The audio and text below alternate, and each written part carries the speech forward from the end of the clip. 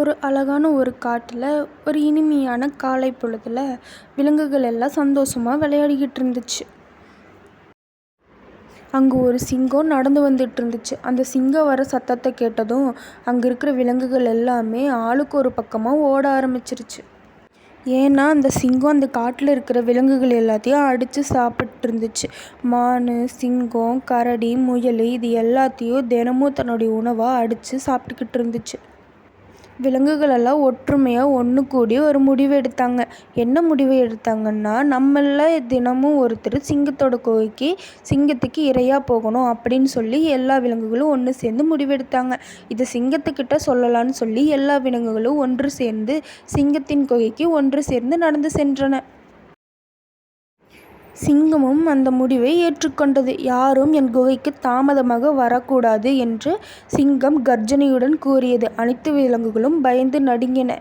சரி என்று ஒப்புக்கொண்டு விலங்குகள் அதன் வீட்டிற்கு சென்றன.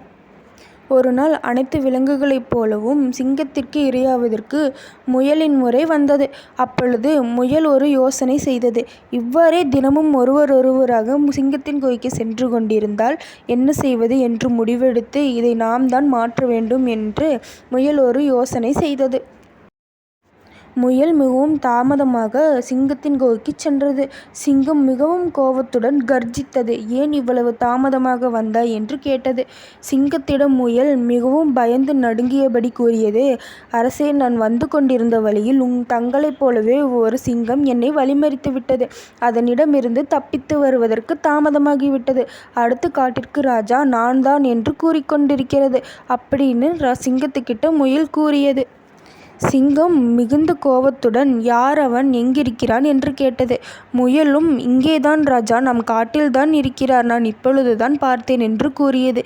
இருவரும் சிங்கம் இருக்கும் இடத்தை நோக்கி சென்றன. முயல் சிங்கத்தை காட்டிற்குள் கூட்டிச் சென்றது.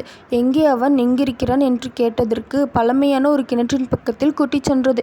சிங்கமும் திரும்பவும் கேட்டது, எங்கே இருக்கிறான் அவன் என்று. இங்கேதான் ராஜா, இதற்குள் தான், இந்த கிணற்றிற்குள் தான் இருக்கிறார் என்று கூறியது.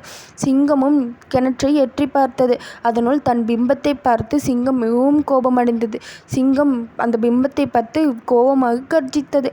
அதற்கு மீண்டும் அந்த பிரதிபலிப்பும் கர்ஜித்தது.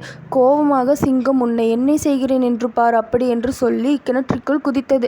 சிங்கமும் இறந்துவிட்டது. அந்த காட்டிலுள்ள விலங்குகள் அனைத்தும் முயலை கொண்டாடின.